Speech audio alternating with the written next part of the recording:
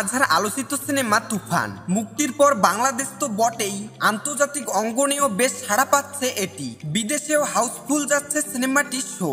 তুফানের এই ঝড়ের মধ্যেই 1 জুলাই প্রকাশ্য এসেছে ছবিটির নতুন একটি গান। জনপ্রিয় সঙ্গীত শিল্পী হাবিব ওয়াহিদের কণ্ঠে গাওয়া গানটির শিরোনাম ফেঁসে যাই। আমি ফেঁসে যাই